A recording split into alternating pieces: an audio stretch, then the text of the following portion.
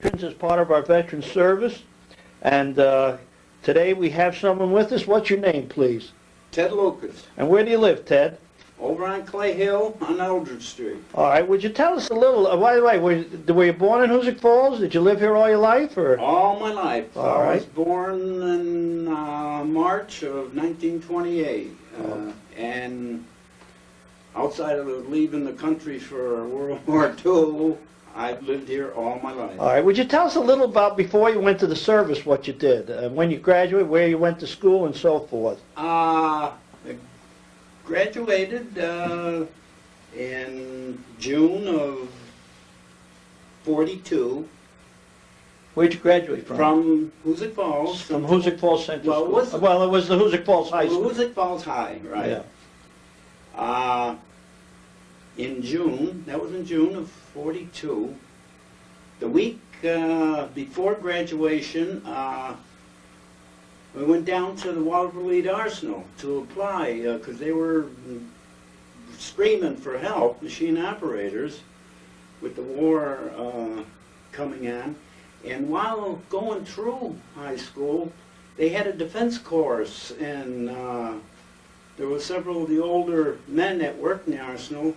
After school hours were giving machine training and machine operating training, which was great, and I love to do anything with my hands anyway. So I did that, and then when I went down, we went down to Waterville to apply for a job there. They wanted my history and what did I know, you know. Well, I'm only 18 years old, so Right.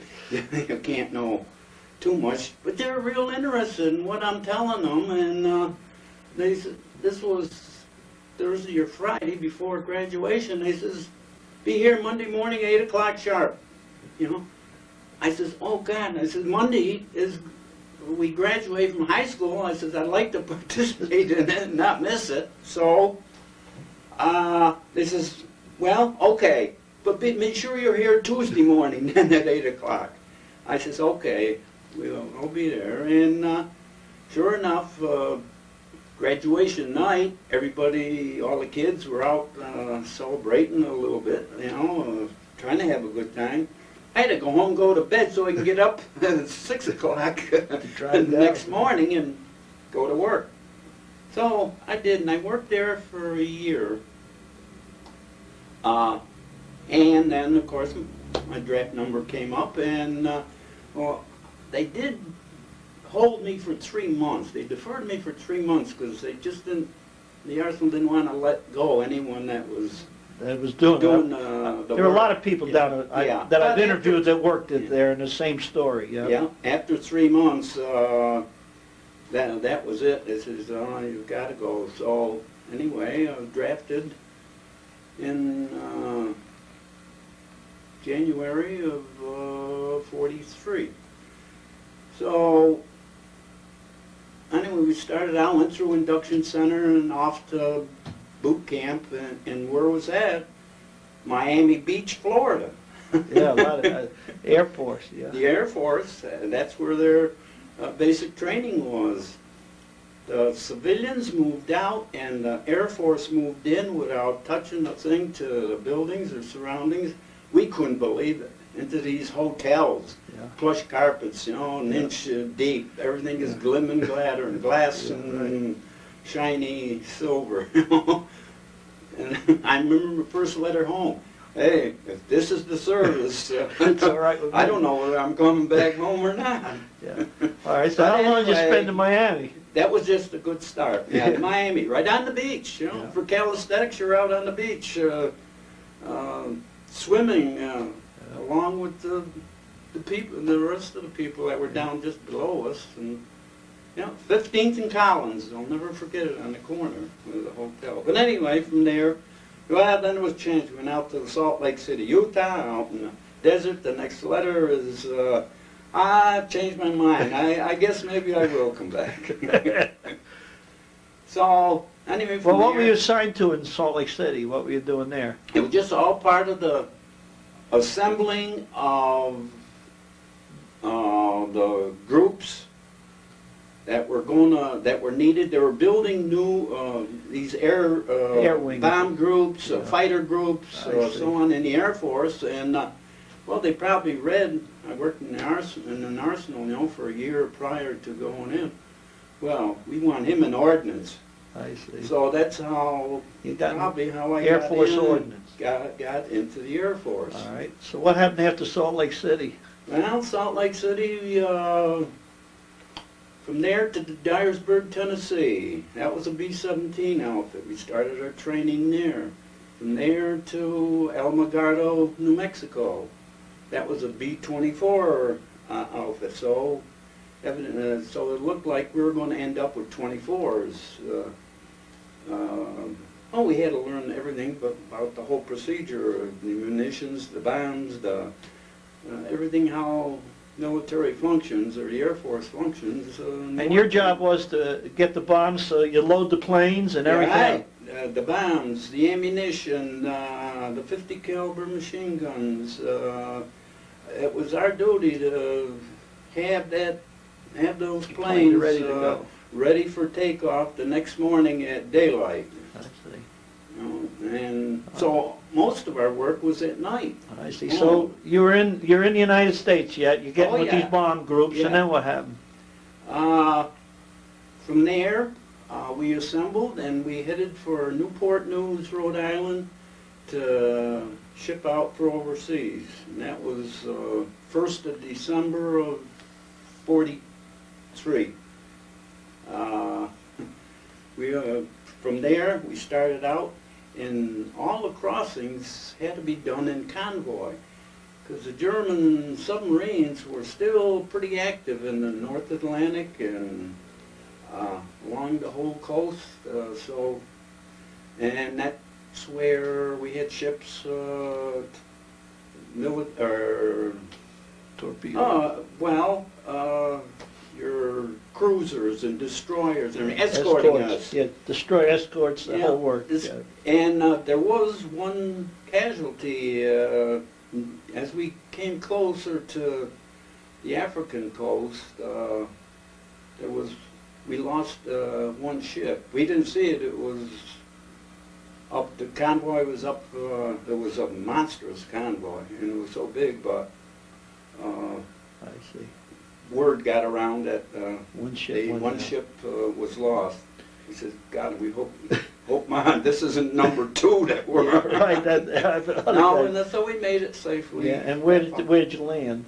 We landed in Bari, Italy, on the Asiatic side. Yeah. And the Germans had just bombed or hit a munition ship that was in that port the week before we landed. So, I don't know, there was some espionage work there somewhere. How did they know which ship out of all of them that were coming in was there a munition ship. was the munition ship? But Yeah. somehow they found, and when that blew, it just annihilated the whole harbor. Wally Davidonis was on his way to Bari when that ship blew up. He was on a munition ship bringing in ammunition on a merchant marine. Oh, wow. In Bari, to Then Bari. he would know. Yeah, he told that story. Yeah. All right, go ahead. I'm sorry I Well, interrupted. anyway, we finally got to the dock New Year's Eve, December 31st. It was about middle of the afternoon.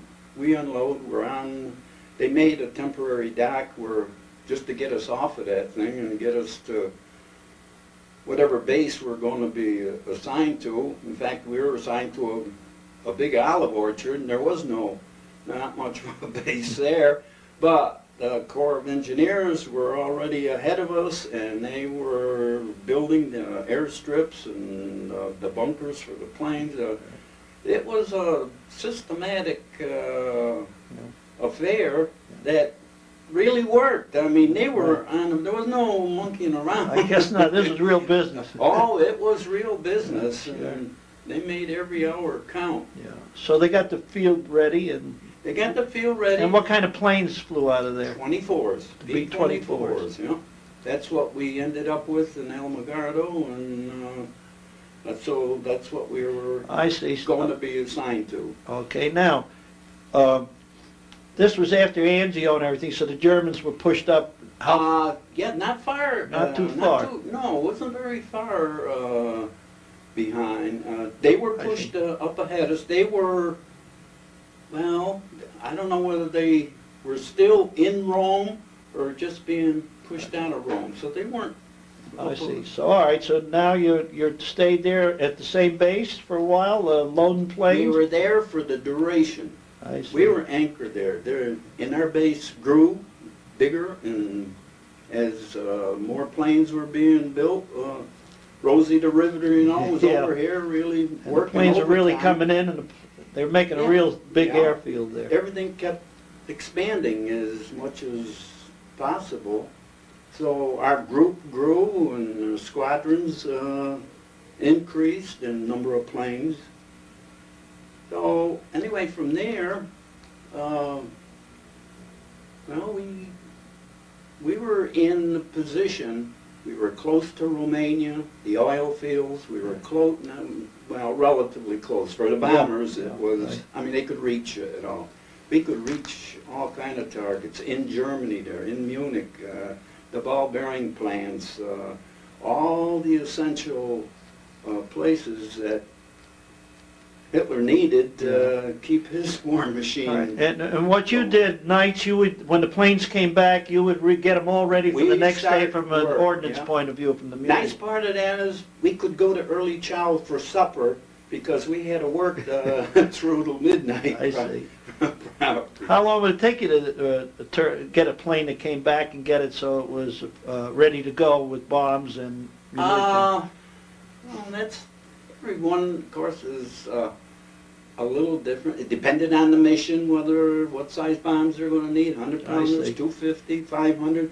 In other words, an order would come out. Oh yeah, we had it ordered when we went out on the field. And then you would get those planes ready for that type of bombing that they were going to do. But when we first started, we had to work in the dark. I see. I mean, but because there were several threats. German planes did fly over in strafe our field. Yeah, they knew where we were because they were building a little mess hall for us, so we didn't have to eat under the olive tree on our lap. And Rose, oh gosh, what was her name now? It wasn't Axis Sally. Yeah. You know, we listened to her every day. She played the best music. You going Glenn Miller's, Benny Goodman's, everything that we wanted to hear. You know, and they thought they were demoralizing us. They're making it feel They're better. making us better. Hey, we could listen. That's what we'd go home to listen to. So anyway, we. So you did that. There, they built us this little mess hall in one day. She's talking about, you guys in the 450th, don't sleep too soundly at night. We know about your new mess hall being built, or that you have. He says, and just maybe we'll be able to do something about it, you know. I see. Well, that did make the guys a little bit leery, but and there was a few days after that, there was air alarm went off, you know, air attack, but we heard them, but they weren't over the field. They were just far enough away. Maybe they had a different target assigned to them, and it wasn't our mess hall. Our mess hall survived. Good. All right, so you did that. You were in that base right through the time when you got shipped home? Yes, right. We were there right through. We were there when President Roosevelt died. That was, I think it was sometime in April of 45. 45, yeah. 45. And we had a lot of Italian civilians there working on our base. Well, in the southern part of Italy, we were like, our base was in Tirano, Italy, and it's in the instep of the boot of Italy. Yeah. So you can't get much further south. In fact, the northern part of the country considered that as Africa. Yeah. I see. Yeah, they were the undesired or whatever. But anyway, no, they were all good people, and they worked there. And the day that word got around, oh my God, you think it was their own parents or their own fathers that died or something. They just come right out and wept over it because they knew that what he's doing is saving Yeah. their country and all the Everybody rest else, of yeah. them. That's interesting. They just Yeah. wept right out All there. right, They and couldn't then- believe it. All right, so now it's Roosevelt died, and then how long the war ended, right? The Not too long war after ended. that. We heard it May the 6th, and I don't think it was given out until either the 7th or the 8th officially. I but, see. we knew it because everything that Germany had finally surrendered, Yeah. and so we knew it was over for us. It was like the 6th. And so now it's all done. Hey, we don't have to go wallow around in the mud out there in the Yeah. bomb dumps and Right. all the rest of the work that went on. So now you're getting points to come home. huh? Yeah, well, we didn't expect to be home, well, not as quick as they did. Maybe in a month or two, because we had to probably disassemble the whole field or be part of it or something. The 14th of May, that's only, what, 8 days Yeah. after it was over, we were heading to chow like we do all the time, 11:30 in the morning, nothing else to do much, and the orderly comes running out of the office, you know.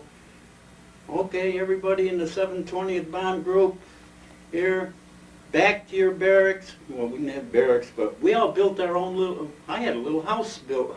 We built it ourselves, me and another guy, and back to your barracks. Anyway, he was, we're leaving. This is 11:30 in the morning. The planes are going to be in here at 1 o'clock to pick us up, fly us to Naples. The USS America, which was converted to a troop ship, that's the big boy American airline, or the fleet line. Yeah. And trucks will be ready there off of the field in Naples, down to the docks, onto the ship. And we left the pier at 5 o'clock that same afternoon. That same afternoon. That between same 11:30 afternoon. As long as I was in service, and Yeah. it never moved anything like that. It was always hurry up and wait, Yeah. hurry up and wait. So, gee, within a day you were on your way home. Oh yeah, less. From 11:30 that morning, muskets all went in the air and says, whoa, of course everybody was excited. Happy to We all get going packed our home. toothbrush and How long were you overseas, actually, in time? well, from December of 43 to May of 45. Oh, it's quite a long spell. Yeah, it was a good spell. All right, so you took off for home. Yeah, we took off for home. There's 11,000 of us Yeah. on that ship. Now, here comes old Dad, come on. Go ahead. So, You're on your way home. We are on our 11,000 men on that ship. yeah, we're on our way home. It took us 30 days to cross going over because you can only go as fast as the slowest ship and freighter the convoy, yeah. in the convoy, and everything was slow. So this, now, it can take off on its own. In 5 days, we're back at Newport News in Virginia. That's where we left from. I see. We're back there, but then we find out why were we rushed so. We were picked, well, they did give us a 10-day furlough after. We're back and we're going to a B-29 base. We'll study there or work on that for probably a couple of weeks to acclimate ourselves, you know. They're gonna send you to Pacific? Yeah, we're heading for the Pacific. I said, oh, whoopee.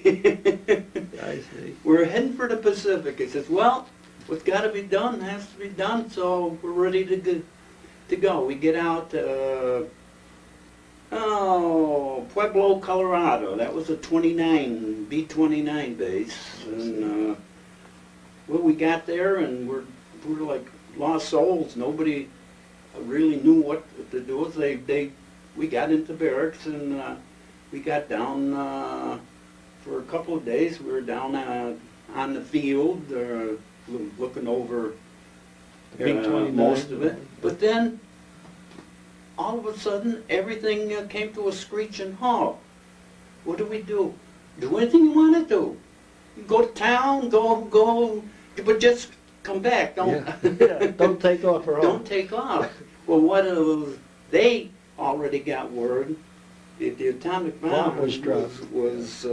In fact, it was built in Alamogordo where we were based. I see. But it was going on because we knew out in the white sands of Alamogordo, and that's where all of this was going on. That there was, we lived there in November of '42, and there was this activity starting out in the white sands.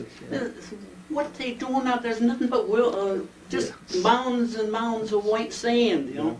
But that's where they're testing. All right, so then the bomb was dropped, so the war was over on September 2nd.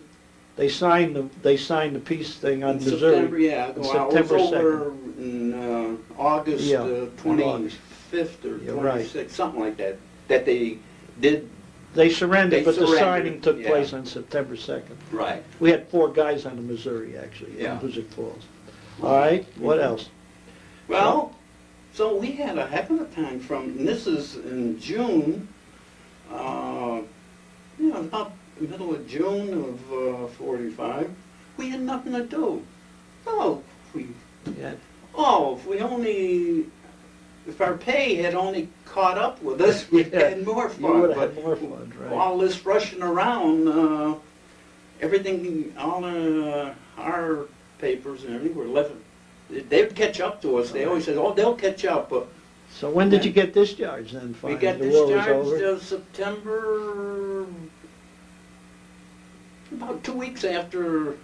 Right after the war ended it was in Japan. About the 10th of September, I think, or. Then you were discharged from the service? Discharged, yeah. We had to come back to our induction center.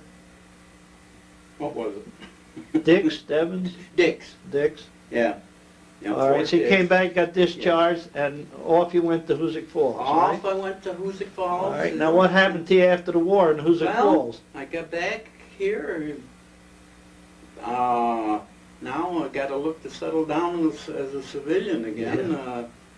Of course, the war had just ended. There wasn't anything much going on. In fact, all the munition places or government work for all the military work was just came to a screeching halt. So I ended up for a year, just about a year. Well, I said, I'll go over to Woodflawn. It was in my backyard. I lived on Coakley Avenue at that time.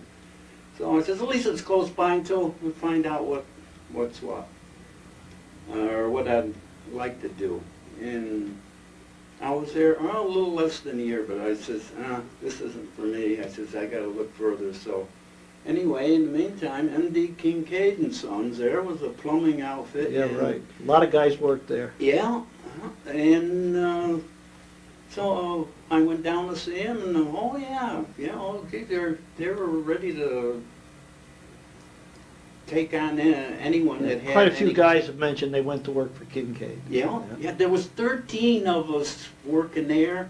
That was the high mark because he was the only plumber left that was active in the Hoosick Falls, in the village and surrounding. All right, you worked for him and worked there 10 years, and I said, well, I don't know, things weren't progressing very fast.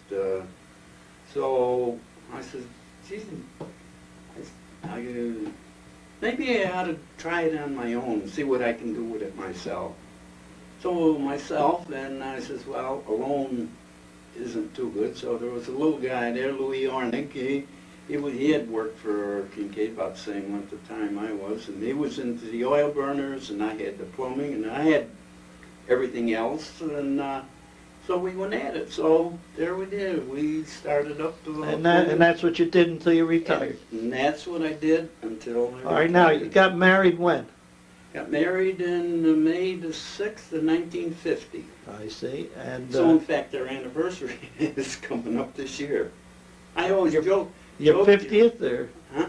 how many years? When did you get married? In 50. 1950. Oh, so it'll be 50 years. Yeah, I said, Yeah, great. at least if I got married on an even number, a half of the century, Yeah, right. I never have to count back, you know, Right. how long. So this year will be your 50th. How many Yeah. children did you have, Ted?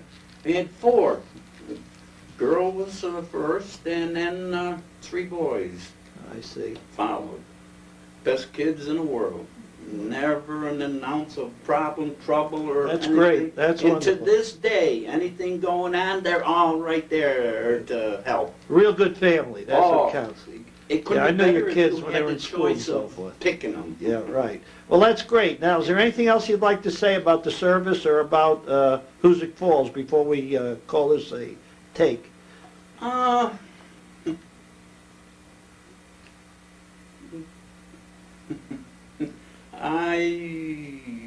What could I say about Hoosick Falls? I've lived here all my life. I always worked for the village, whatever was going on, and I try to work for the people in the village. Well, I was in the village board for a dozen years, and I always try to swing anything Right. that was beneficial to John Q. Public out there, the Yeah, taxpayer. And we've got a good picture of your life, and we thank you very much for coming. It was a Oh. great story, Oh, and you're welcome. thanks again.